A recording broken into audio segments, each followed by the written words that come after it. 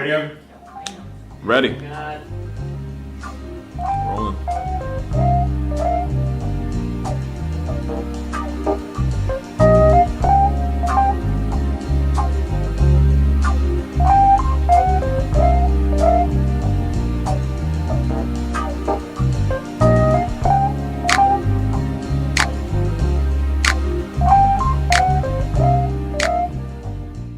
Know how to do intros for text. Like, give me a picture of some kind of fair warning. It's in the article or something. I know, right?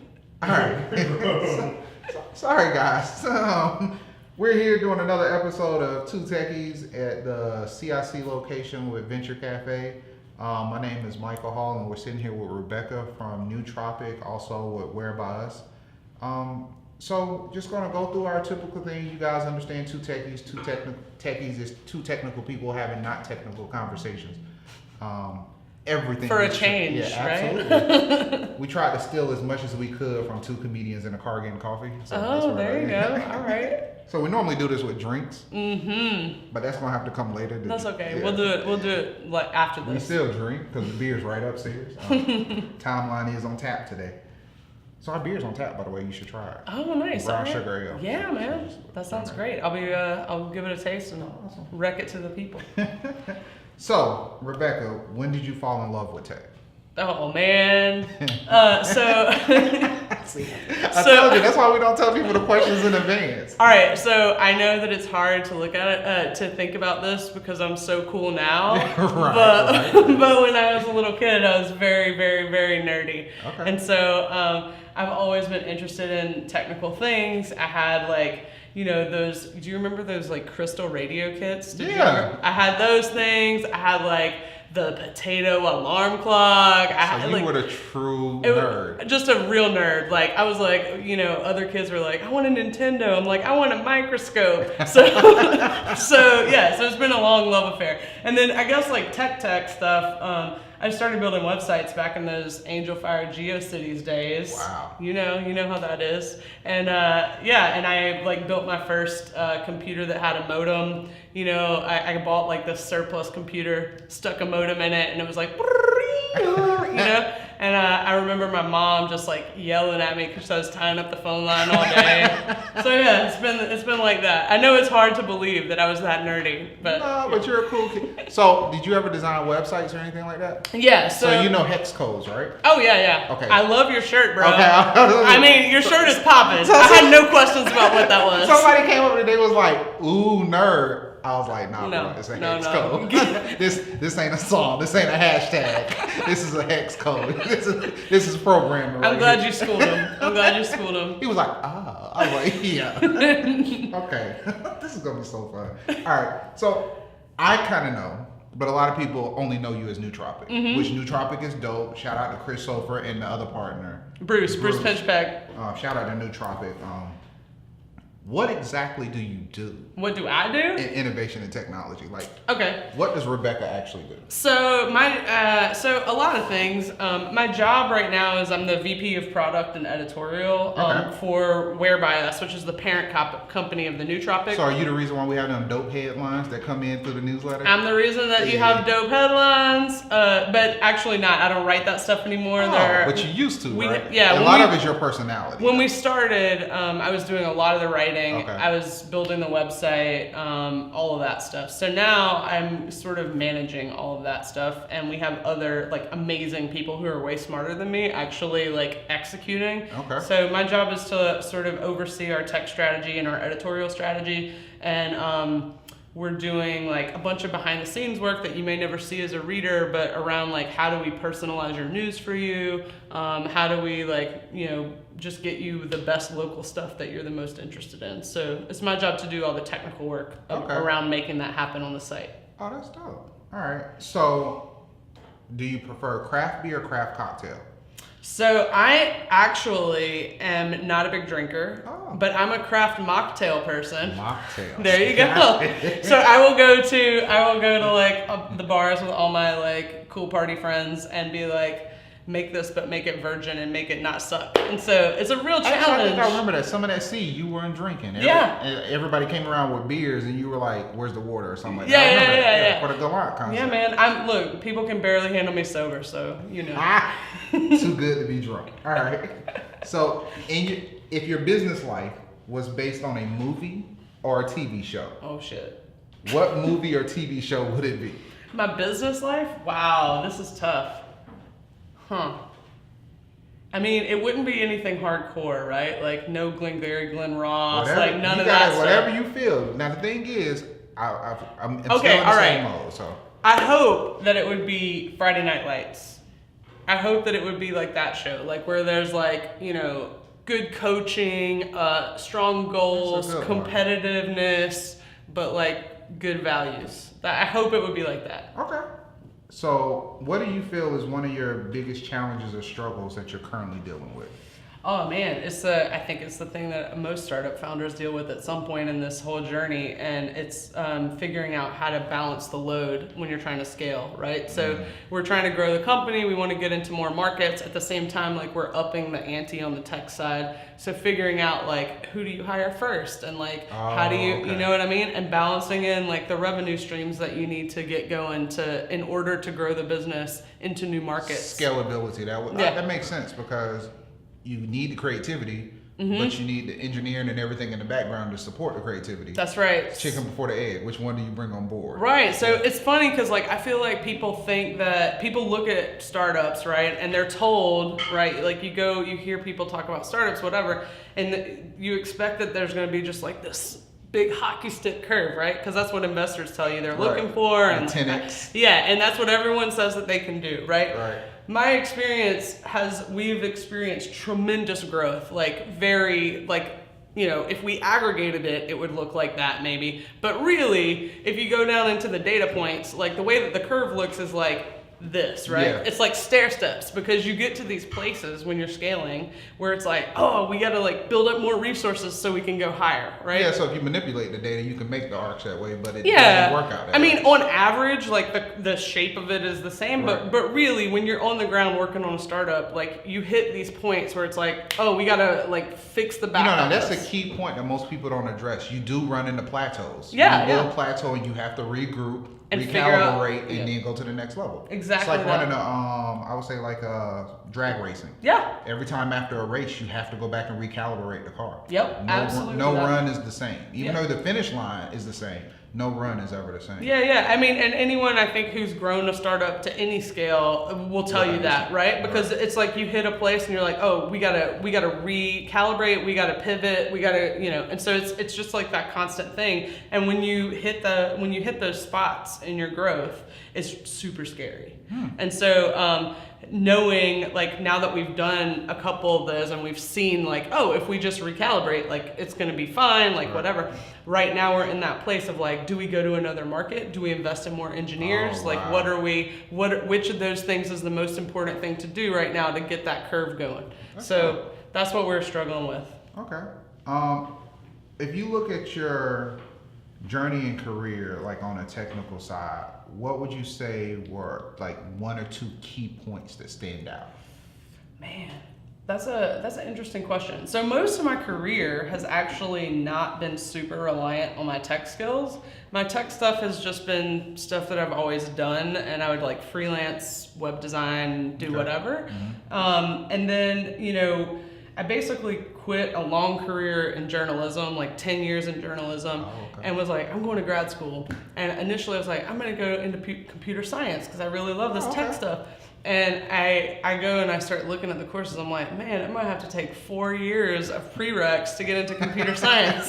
That is ridiculous. So, but I did find a program at UM called the Interactive Media Program. It's an MFA. It's super great because it's really like building applications, UX, UI, and I got really into like game design through this program. So that to me was like a big pivot point, like having this time at UM. I was working at UM at the same time, but I started going to grad school and I got to really immerse myself instead of tech just being this side project.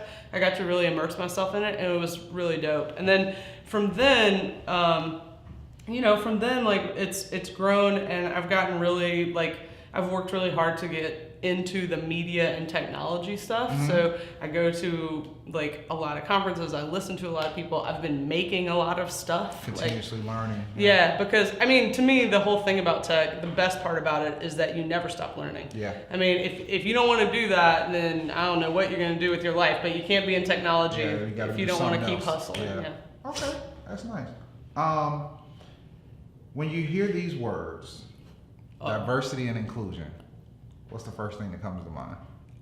When I hear those words, I think they make better products, right? So I think diversity and inclusion are critical to the work that we do, because if you are working on stuff and you don't have diversity in your team, then you're much more likely to miss market opportunities. So to me, I mean, in our business, we've seen that. Our company is like 60% people of color and 60% women. And those things, I think, have made us But you guys have a representation in the LGBT community too, right? I mean, yeah, Besides there's me. But yeah, so I mean, there's, we don't ask our staff how they identify, but basically I want us to be a welcoming place for That's anyone. one thing I think that stands out about when I think of Nootropic. I think somebody in there understands my point of view no matter who it is. I hope so. I mean, that's the goal, really. I mean, the work that we do is super critical to be on the pulse, and we can't do that without having without having good, strong relationships with a bunch of different communities. And part of that means that we need to not all look and act and think the same. Can't be in a bubble. Yeah. Okay. So the world is yours. Okay. You get to choose one mentor that would invest in you for a year. Money, time, open access, all accessibility. One mentor. Who would this person be? Dang. Man, that is a really, really tough question. President Obama, come on. You know Former what? President Obama. No, he still should be. Okay, I don't think we've ever heard that as an answer. I think he's I think he was a remarkable leader for our country in a lot of ways. But I also think he's been a very in different points in his career, he's done a good job of tackling really difficult issues. Yeah. Right.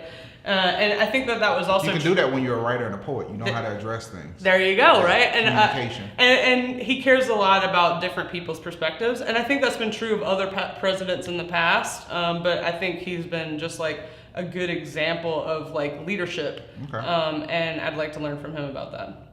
Yeah. That's a powerful statement. All right. There's always a soundtrack to life, right? Mm-hmm. If your life was a song or an album, a song or an album? It can only be one or the other. One song or an album. What would we be listening to right now? Oh man, that's so tough. So I don't have a good answer for this. There's too many. My musical tastes are a little too out there. It should be. That's what it's supposed to be, though. Yeah. What would we be listening to? Lately, the thing that I identify with immediately is I've been listening to the Insecure soundtrack like crazy. That show on HBO. Do you watch that? That soundtrack is dope, man. It's so good. Right. And I've been listening to it on repeat just for months and months and months. I don't know that it's my life, right? But it's right now. It's just where you're at right now. Because there was a point where I was listening to Californication. Oh yeah. That's really? Was this? How old were you in this point? No, the show that comes on. Oh, Californication. Oh, I thought you meant the Chili Peppers. No. Californication. I remember listening to that a lot. But right now, I'm listening to the Hidden Figures soundtrack. Oh, that's a great soundtrack. I just saw that movie, man. Man, that movie is so good. That turned me on. Listening to that exposed me to actually understanding more about Hans Zimmer. Yeah. And how much Pharrell looked up to him. And then when you look at this man's biography, it's he is that dude. There's no great movie that he didn't score or participate in. Yeah. And so it was really because I know David Banner, he stopped producing music to start scoring music, and he gives his music away for free, but he makes his money from scoring stuff in Hollywood. He was like, a lot of people in Hollywood don't even know nothing about my music career. Because, you know, he was a Southern rapper from Mississippi. Yeah, yeah. And I always tell young kids when they want to talk about music, it's like, you don't want to be a producer. That's not what you want to do. You want to score movies. You want to make the background noise to the Apple computer. You want to do something else than get one hit song on the radio. Yeah. So that's cool. So wait, I gotta roll you back for a minute. That's fine. So like you're talking to a bunch of kids. I was just having a conversation about this the other day. So like do you remember when we were kids, right? And this is still the same, like how regional like music was when you're like a teenager. Yes. Right? So like I grew up near Atlanta. We listened to like everything Atlanta. you listened to, because I was in Panama City, which is pretty much an extension of Alabama. So then I went to college in Louisiana. It was all New Orleans, right? So it's like the thing that I feel like I miss as an adult who's moved around the country is like that sense of like, you know, so next time you hear that sense of like being really plugged in regionally. Right. So next time you're talking to those kids is what I'm saying is I want like the update, like what's the cool stuff right now? Because I don't know. I guess you like local artists. What's the local scene? Because I remember I was at, it depends on who you talk to. I was either at CBS or ABN. You can make your choice. That's when they used to do them at the same time. So back then they used to call it Freaks and Geeks. Yeah. You had adult video. That's perfect. You just go next door. It was perfect. It worked out. And MC Hammer was downstairs. And like one of the first things I had to ask him, like, you know, how did it feel going broke? Yeah. That was the first question. That is what you asked him? I had to. It was after we talked for like 4 hours. The sun was coming up by the time we finished talking. And his response was, you know what? I rarely talk about this, but I really like you guys, so I'm going to talk about it. He was like, I haven't made less than $150,000 since I was 13 years old. Wow. He's like, so I don't know what you consider broke. That is... And I was like, got it. That's insane. So like the whole thing of carrying bats for Hank Aaron and getting his name, he was like, ever since then, he's always made at least $150,000. That's the entrepreneur, man. Exactly. Yeah. So that was one thing. But he also showed us this video. He was like, go to this website, type in this. And a lot of people don't remember, like Hammer was one of the first people to get 1 million followers on Twitter. Oh man, I don't remember that. That's awesome. He started the whole getting verified on Twitter. He was very tied into Yahoo and all this stuff. So Hammer was really into tech before anybody really got into it. And he showed me this dancing. It was when everybody was doing the crunk dancing. It hadn't came out yet. And he's showing us, he's just getting it in, and we're like, what is he doing? And he was like, and I'm 3 telling months you right later, now, this is gonna be the next thing. And we're like, all right. And I'm with dudes from New York, Atlanta, and they was like, whatever. 6 months later, contest, dancing, events, movies. And I'm like, this dude has always been ahead of the curve. So that's one person I think like in the tech and innovation scene that doesn't get credit, MC Hammer. Yeah, I mean, I feel like that is a thing, like as I get older, that's harder to do because you get really immersed in the problems you're working on, so you're not out in front as much. And that, I mean, that goes back to the diversity and inclusion thing. Like, we gotta have people who can like help my old ass understand what's happening. I call my 11-year-old niece. I call her and talk to her. The tastemaker, right? I understand. Like, what's going on in the world? She's like, well, I'm doing a hair care service for young black girl. I'm like, so she's starting her own little company. I'm like, that's you're gonna be working for her soon, man. I'm like, that's gonna be the business. Doing something else now, but that's really a cool and interesting achievement. So and like, that's why I say diversity and inclusion to me is not a new topic. Yeah, it's normally just a new sector. Yeah, I think that's right. I think that's really right. And I mean, it's interesting to me too because there's like so much. I mean, you identified a market opportunity essentially. I mean, that's straight up business thinking. So it was good on you, man. Money. And the trips were born, and I would just stay in my room. It was like, yeah, I'm straight. But it was fun. So that's how you know how to party so hard, though. Now I know. Very strategic. I've always been a promoter. Yeah. So I always know my drink limit. Right. 1 drink, 2 bottles of water. Smart man, kids. Listen. Can't be drunk and count money. Somebody just sliding 20s off. Wait, it's not look right. So never get drunk at an event. Awesome. Get drunk at home or with your friends. Never get drunk in public. I love it. Number 1 rule. Good rule, man. So how do people find you on social media? You can follow me on Twitter at RSM. You can send me, hate tweets there. I'm on Facebook. My profile's pretty public. Just search for Rebekah Monson. And I have a website at RebekahMonson.com. But I hope you'll really check out the New Tropic. If you're in Miami and you're not subscribed yet, we help you keep up with everything that's going on around town. Everything. And and we'd love to have you and your opinions reflected back in the newsletter too. So please join us at thenewtropic.com. Awesome. And so in true form of Digital Grass, when we host a meeting, everybody gets to say one final word to close out the meeting. So it can be the energy you're experiencing right now or just how you're in the mood for, but give us your final word for our interview.